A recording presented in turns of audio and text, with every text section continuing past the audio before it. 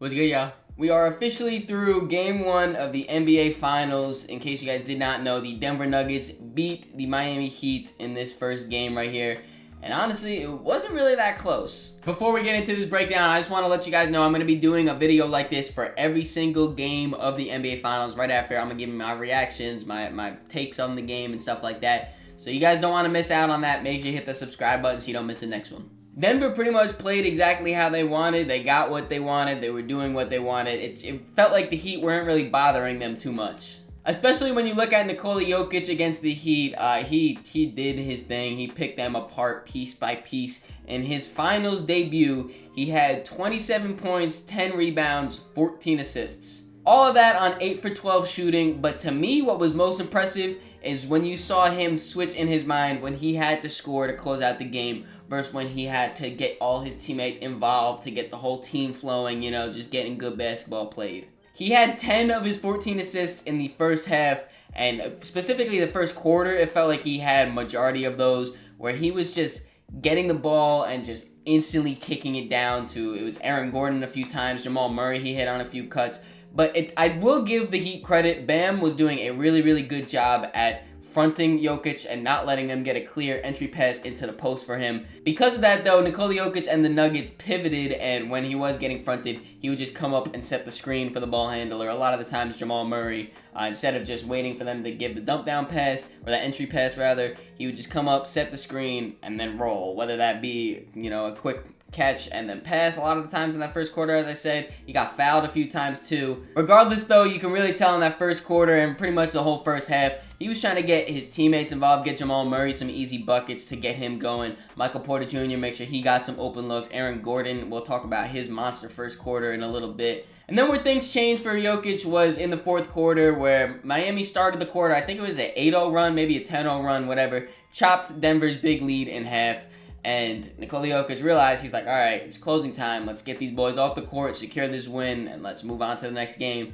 He was just looking to score. He was hitting mid-range jump shots, going hard to the paint, getting fouled. He completely switched his motivation from going and trying to get everyone else involved to get himself involved. He led the Nuggets in scoring in that fourth quarter with, I think it was about 12, definitely double-digit points in that fourth quarter alone, though. And yeah, like I said, he was picking the Miami Heat apart the entire game. It wasn't just him on offense, though, of course. Jamal Murray also had himself a monster game, almost also having a triple-double in his debut. He had 26, 6, and 10 on 50% shooting, which is an incredible game. As I said before, in that first quarter when Jokic was really just orchestrating the offense, he was able to get Jamal Murray going very early on. And vividly in my head, I'm pretty sure it was back-to-back plays, literally. It was like a reverse pick and roll almost, where Jokic, the center, had the ball, and then Jamal Murray as the guard was the cutter. Jokic hit him on a dime, come up with the powerful dunks. Really, I think he was trying to send a message to the crowd, hype them up, get them going, tell them that Denver Nuggets basketball is here in the finals for the first time, all that emotion going. And it helped him carry throughout the rest of the game, where he had a very, very efficient scoring night. My favorite parts of watching Jamal Murray, though, is honestly when Jokic is off the court. Usually the Nuggets have pretty bad minutes there, but it looks pretty good against the Miami Heat right here. Most of that is because when Jokic is not on the court, Jamal Murray has the ball, I would say probably 70 to 80% of the time.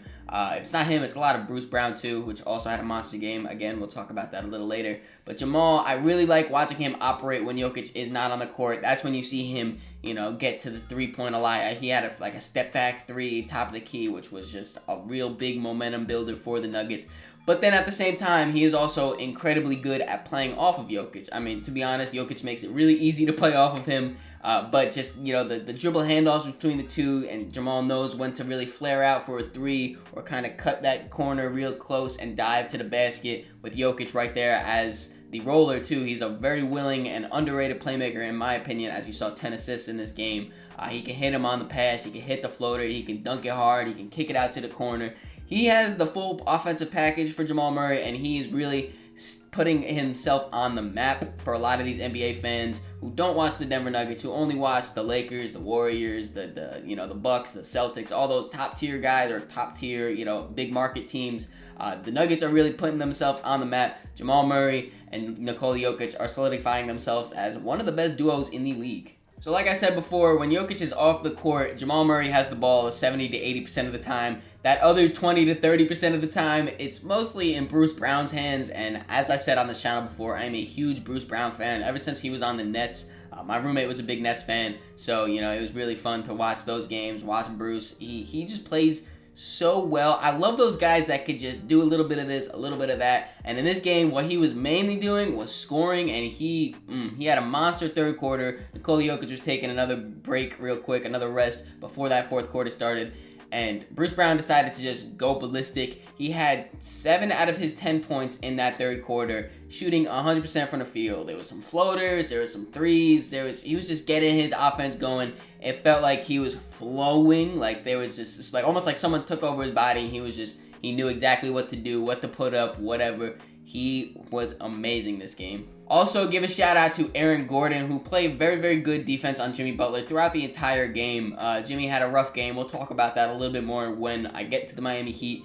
But also, not on the defensive side of the ball. On the other side, on offense, he was incredible in that first quarter. 10 of his 14 points in that first. And again, like I said with Jokic, how he was just setting his teammates up. He was spoon-feeding Aaron Gordon buckets. Whereas some of them, he was just wide open. The Heat had, just laps on defense, and he was just wide open, big dunk. Another time, it was some slick passes in there, fits on a dime, just pass it, slip it in right there. Another dunk.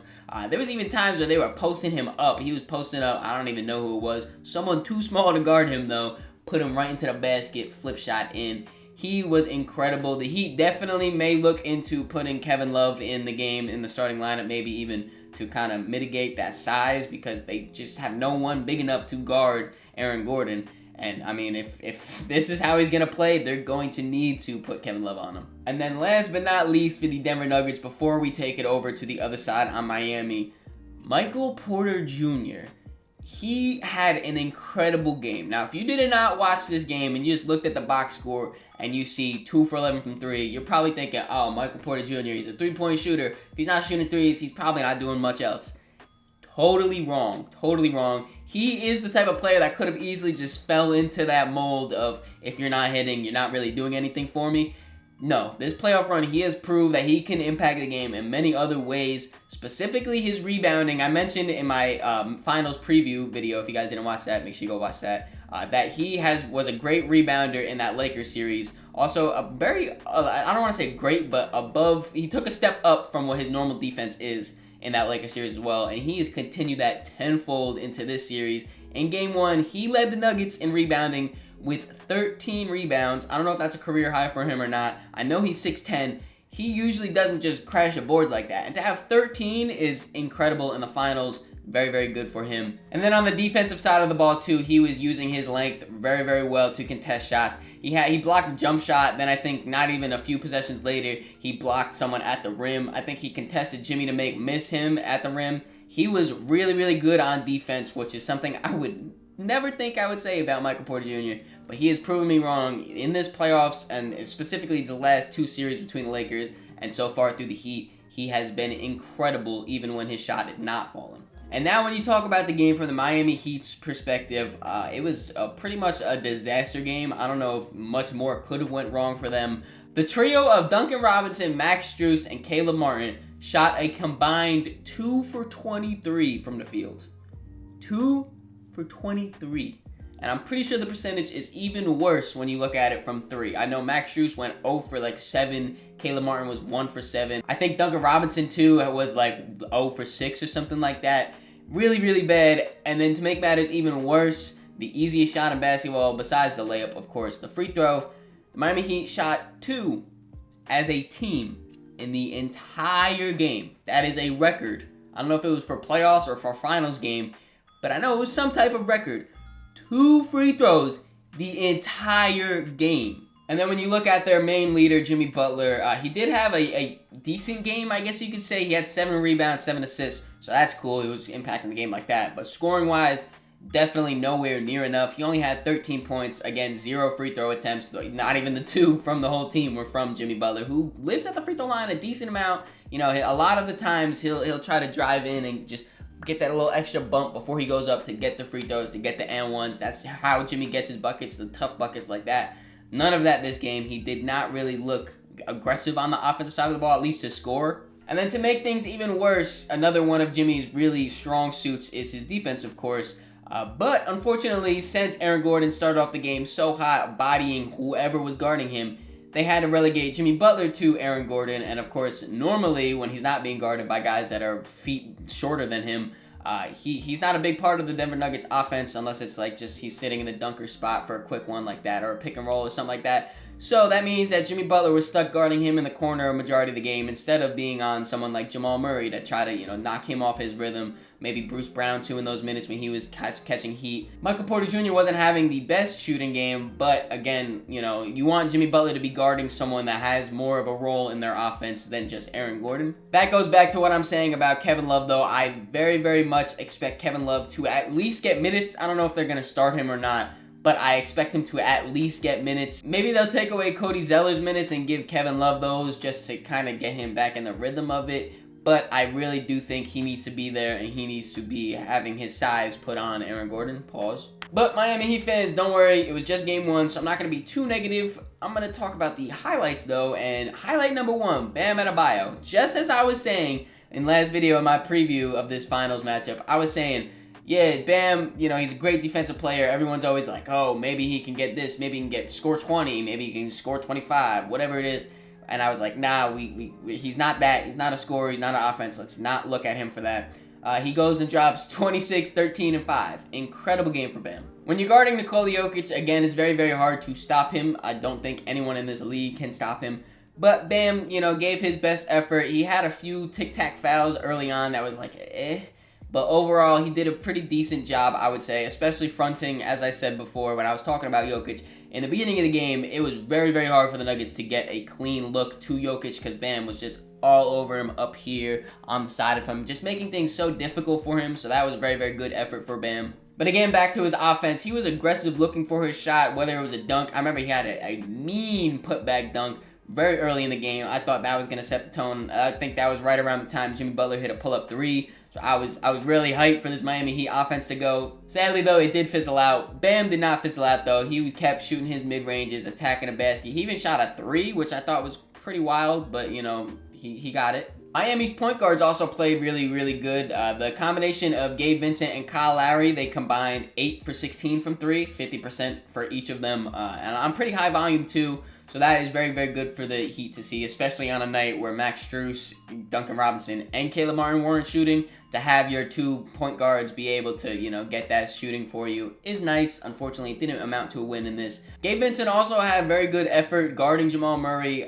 Again, like I said before, he is a little too small, in my opinion, to be guarding Jamal Murray. Jamal Murray is, a pretty stocky point guard. I think he's 6'4", but he's like built too. He's a built 6'4". So I would rather, again, get that Jimmy Butler matchup on him. Again, there's the things with the Aaron Gordon and stuff like that. I don't want to keep repeating myself. But for what it was, I think Gabe Vincent did a decent job on that, along with the shooting. I would say they both had pretty good games. Hayward Highsmith also had a career game. I don't know what his career high is, but, 18 points in the finals is something I would never expect Hayward Highsmith, no disrespect, to have in a game. So shout out to him. And with Max Strus and Duncan Robinson really struggling in these games, if these struggles continue to play, Hayward Highsmith could be taking their minutes. You never know. He had a really, really good game, dive into the basket, cuts and stuff like that. He hit some threes as well. Just overall, a very surprising and a very good game for Hayward. Since I'm going to be doing these videos after each game, I figured at the end of it, I'm going to give my take on how the losing team could be better to bounce back for next game. So for the Miami Heat, again, I cannot stress this enough. I really think Kevin Love needs to have some minutes to match those Aaron Gordon minutes. The Denver Nuggets are just way too big across the board, and the Miami Heat are on the smaller side, so I think Kevin Love in those lineups, not saying he has to start, but I think he definitely needs to get a decent amount of minutes. That could really help them out a lot. Also, Max Strus, Duncan Robinson, you guys are going to have to hit your threes. That's why you're playing, is to specifically hit threes. 0 for whatever combined you were is not acceptable. Caleb Martin, also, you've kind of shown that you can be more than just a spot-up shooter and, just to shoot threes. You weren't getting to the basket a lot. You weren't getting in the mid-range that you like to shoot. You weren't shooting your 3-ball well. So you need to be better as well. There were just talks about you winning Eastern Conference Finals MVP. Now you're in the finals. You had a rough game. I understand it sucks. You got this. You can pull through it. Be better next game. And honestly, most of all, Jimmy Butler, you're the leader of this team. You need to be aggressive. You need to get to the free throw line. You need to, even if you're not getting calls, you need to just attack and shoot and just get to the basket. Get easy looks for your guys. You can always kick out after that. Just get penetration and drive. Be aggressive. That could set the tone for the rest of your team, for the rest of the Miami Heat, to get into that mold and to just will their way to a win. That's the whole way the Miami Heat got there, is just willing their way through each series, through each game, willing their way to victory. That's what you guys are going to need to do in these finals. But yeah, I'm super excited for game number 2. There were points in this game where it was really close, and you know, the Miami Heat didn't play their best. I know the Denver Nuggets didn't shoot the 3-ball the best. So I'm really excited for game 2 to see which side is going to budge a little bit more. I am feeling good about my Nuggets in 6 prediction. Honestly, it might even be Nuggets in 5, Nuggets in 4. Again, just game 1. I don't want to get too ahead of myself, but Nuggets looked really, really good in this one. If you guys enjoyed this video, make sure you leave it a like, subscribe so you don't miss the next one. In the description, there'll be links to all my social medias, so make sure you follow me on all those to keep up to date with me. Catch y'all.